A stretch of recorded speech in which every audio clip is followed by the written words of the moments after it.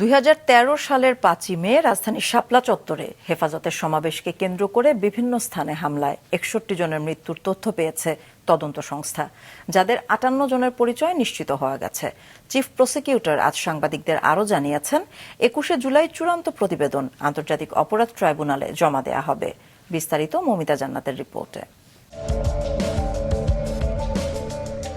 2013 সালের 5ই মে রাজধানীর মতিঝিলে হেফাজতে ইসলামের বিক্ষোভ ও অবরোধ কর্মসূচিকে ঘিরে ঢাকা, নারায়ণগঞ্জ ও চট্টগ্রাম সহ বিভিন্ন স্থানে হামলা ও সহিংসতার ঘটনায় নিজেদের অনেক নেতাকর্মী নিহত হয়েছে বলে দাবি করে আসছিল সংগঠনটি।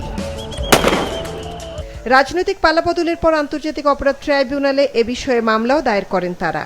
আজ তার তদন্তের অগ্রগতি সম্পর্কে জানান চিফ প্রসিকিউটর। বলেন, খসড়া তদন্ত প্রতিবেদনে 61 মৃতের তালিকা পাওয়া গেছে, পরিচয় শনাক্ত হয়েছে 58 জনের। 58 জনকে আমরা আইডেন্টিফাই ইতোমধ্যে আমরা করতে পেরেছি, আর বাকিদের আমরা আইডেন্টিফিকেশনটা আমরা সম্ভব হয়নি, কিন্তু আমাদের তালিকা হচ্ছে 61 জন।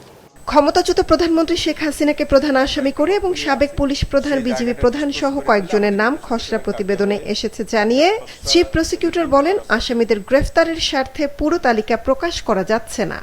আসামিদের তালিকাটা আমরা প্রকাশ করতে চাচ্ছি না বা পারছি না। শেখ হাসিনার বিরুদ্ধে প্রাথমিক প্রতিবেদন পাওয়া গেছে, সেখানে পুলিশ প্রধান, বিজিবি প্রধান সহ এরকম কয়েকজন আমরা মোটা দাগে বলতেই পারি যে তাদের বিরুদ্ধে একটা খসড়া রিপোর্ট এসছে, সেটা আমরা যাচাই বাছাই করে দেখব। আজ মামলার তদন্তের অগ্রগতি সম্পর্কে জানতে হেফাজতের একটি প্রতিনিধি দল ট্রাইব্যুনালে যায়। ব্রিফিংয়ে সংগঠনের যুগ্ম মহাসচিব মাওলানা মামুনুল হক খসড়া প্রতিবেদনের ব্যাপারে সন্তুষ্টি জানান। একটা ওভারঅল কথা বলতে পারি, সেটা হলো আমাদের যে এক্সপেকটেশন ছিল, আমাদের যে অভিযোগ ছিল, এই রিপোর্ট, খসড়া রিপোর্ট তার কাছাকাছি আছে।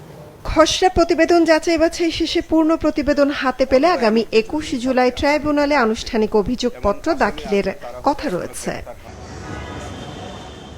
মৌমিতা জান্নাত, মাছরাঙা সংবাদ, ঢাকা।